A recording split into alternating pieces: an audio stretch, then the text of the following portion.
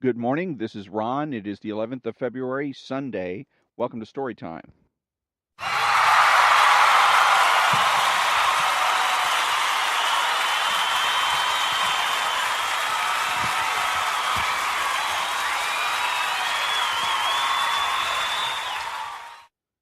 And today, chapter 19 from the Virtue of Selfishness, the argument from intimidation. There's a certain type of argument which, in fact, is not an argument, but a means of forestalling debate and extorting an opponent's agreement with one's undiscussed notions. It is a method of bypassing logic by means of psychological pressure.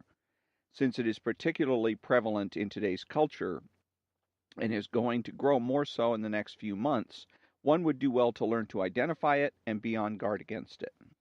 This method bears a certain resemblance to the fallacy ad hominem and comes from the same psychological root, but is different in essential meaning.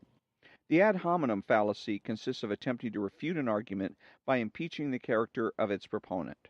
Example, candidate X is immoral, therefore his argument is false. But the psychological pressure method consists of threatening to impeach an opponent's character by means of his argument, thus impeaching the argument without debate. Only the immoral can fail to see that candidate X's argument is false.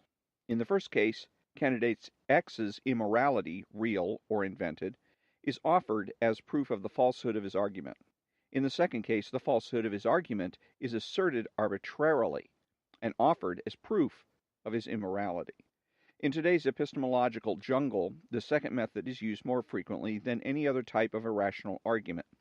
It should be classified as a logical fallacy and may be designated as the argument from intimidation. The essential characteristic of the argument from intimidation is its appeal to moral self-doubt and its reliance on the fear, guilt, or ignorance of the victim. It is used in the form of an ultimatum demanding that the victim renounce a given idea without discussion under threat of being considered morally unworthy. The pattern is always only those who are evil, dishonest, heartless, insensitive, ignorant, etc., can hold such an idea. The classic example of the argument from intimidation is the story, The Emperor's New Clothes. In that story, some charlatans sell non-existent garments to the emperor by asserting that the garment's unusual beauty makes them invisible to those who are morally depraved at heart. Observe the psychological factors required to make this work. The charlatans rely on the emperor's self-doubt.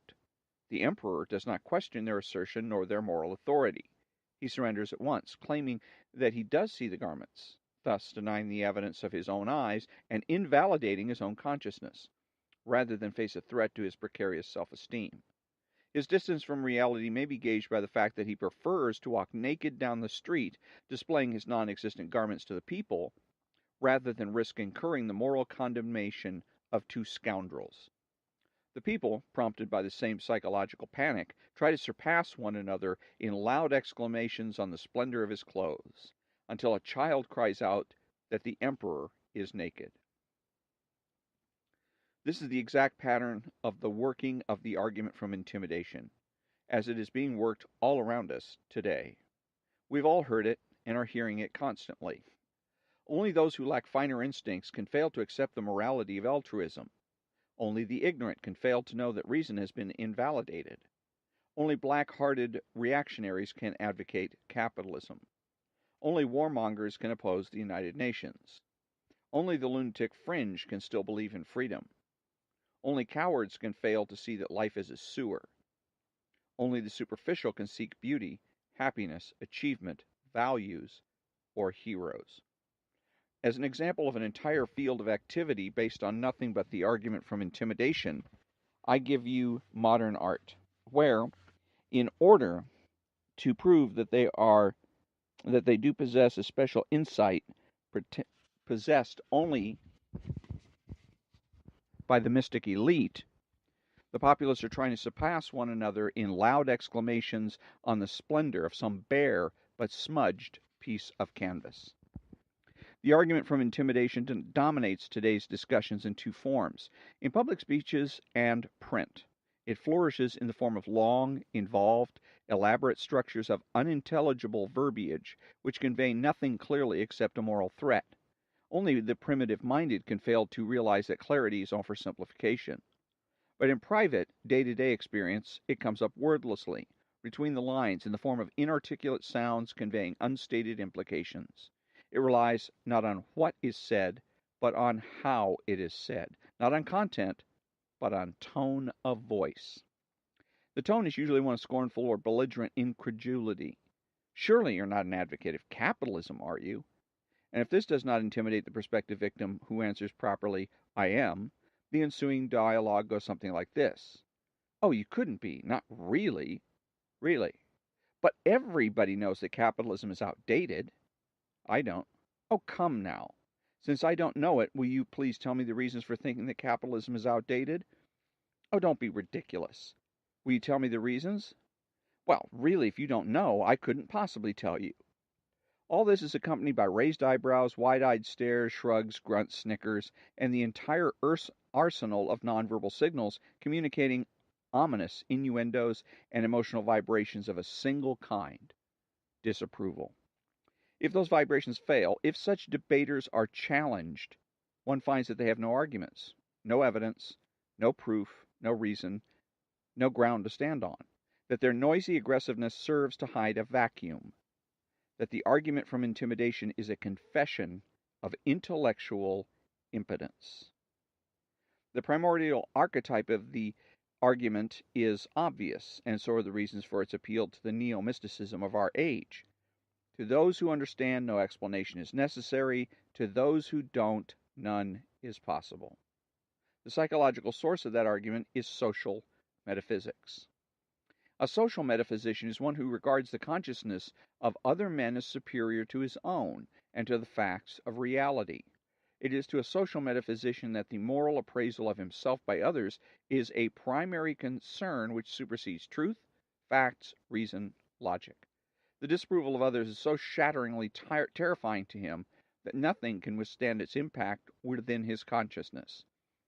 Thus he would deny the evidence of his own eyes and invalidate his own consciousness for the sake of any stray charlatan's moral sanction.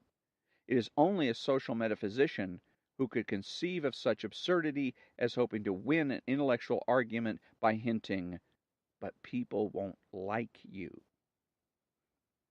Strictly speaking, a social metaphysician does not conceive of his argument in conscious terms. He finds it instinctively, by introspection, since it represents his psychoepistemological way of life.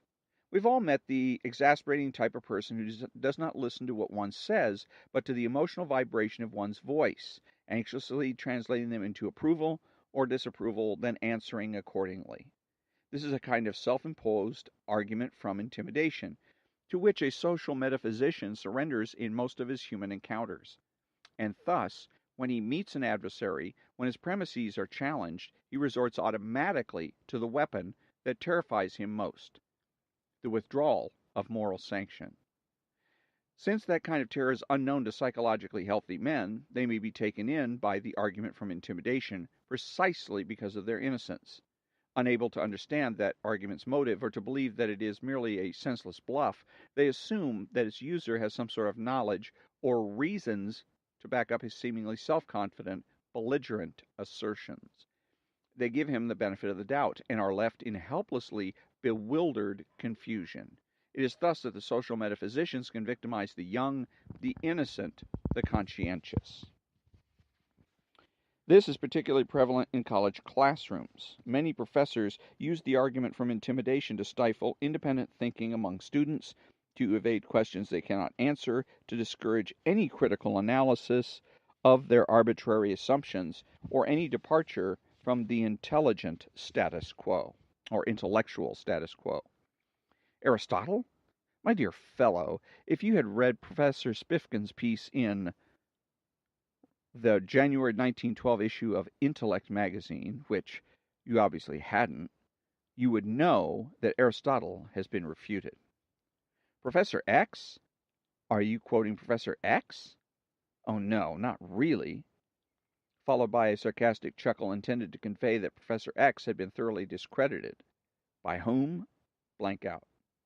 Such teachers are frequently assisted by the liberal goon squad of the classroom, who burst into laughter at appropriate moments. In our political life, the argument from intimidation is the most exclusive method of discussion.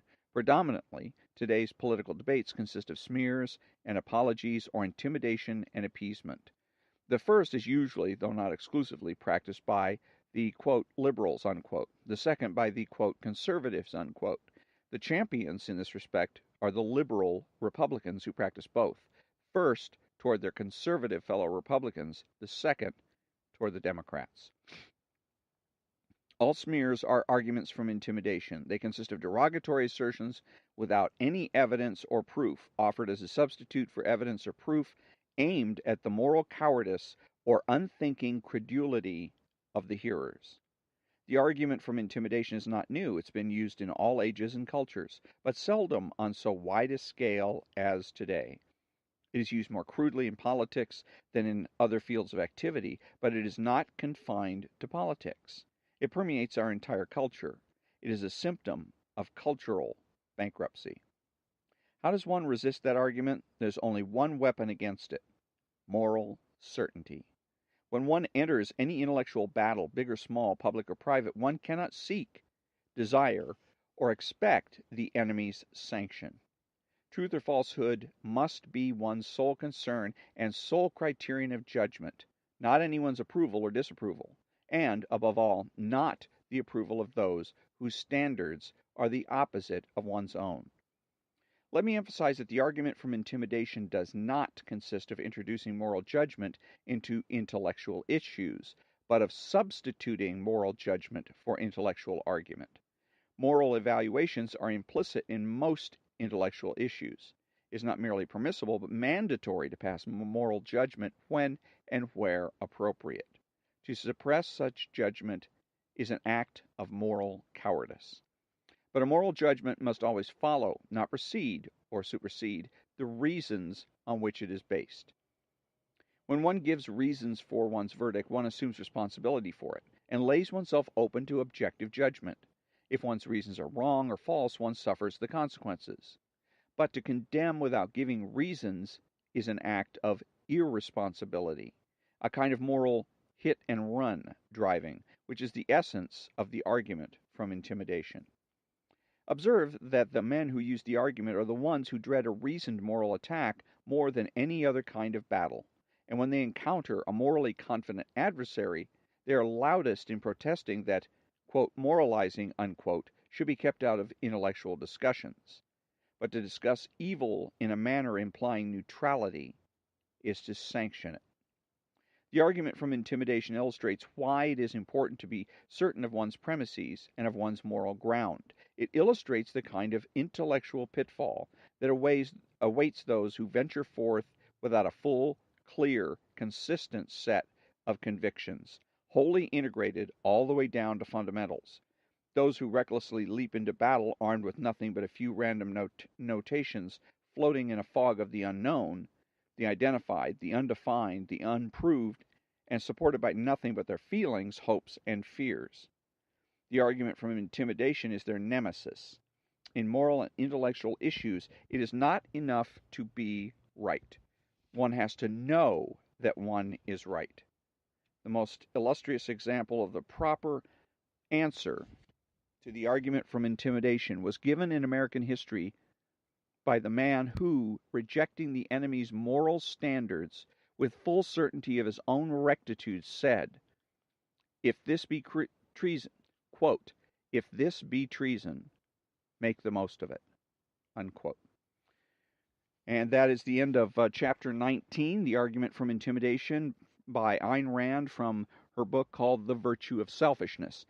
And if I was one of the things I